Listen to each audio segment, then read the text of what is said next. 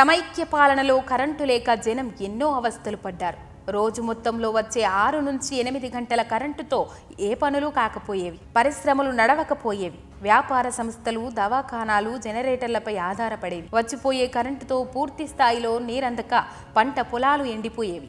లో వోల్టేజీతో వచ్చే కరెంటుతో తరచూ మోటార్లు, ఫ్యాన్లు, టీవీలు వంటి ఎలక్ట్రానిక్ వస్తువులు కాలిపోయేవి. తెలంగాణ రాష్ట్రం ఏర్పాటు తర్వాత సీఎం కేసీఆర్ విద్యుత్ వ్యవస్థను పునరుద్ధరించారు. ఆ శాఖ మంత్రిగా జగదీష్ రెడ్డి ప్రత్యేక శ్రద్ధతో పనిచేశారు. కొత్త సబ్స్టేషన్లు, ట్రాన్స్ఫార్మర్లు, విద్యుత్ లైన్లు ఏర్పాటు చేశారు.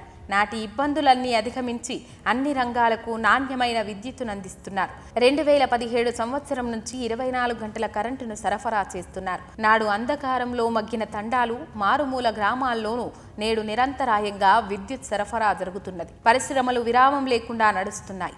స్వయం ఉపాధిని నమ్ముకొని పనిచేసుకునే వారికి నిరంతర కరెంటు ఎంతో దోహదపడుతున్నది. బోర్లు, బావుల ద్వారా రైతులు పంటలు పుష్కలంగా పండిస్తున్నారు. విద్యుత్ వినియోగం గణనీయంగా పెరిగినా సర్కారు ఏ సమస్య లేకుండా ఎప్పటికప్పుడు జాగ్రత్త పడుతున్నది.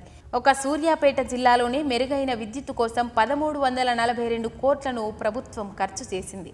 గత ప్రభుత్వాల హయాంలో విద్యుత్ కోతలతో సతమతమైనం. కరెంటు కోసం ఎదురు చూడాల్సి వచ్చేది. తెలంగాణ రాష్ట్రం ఆవిర్భావం తర్వాత నిరంతరం విద్యుత్ వస్తున్నది. కరెంటు పోయే సమస్యలు లేవు. పరిశ్రమలు, గృహ వినియోగదారులకు ఇప్పుడు ఏ ఇబ్బందులు లేవు.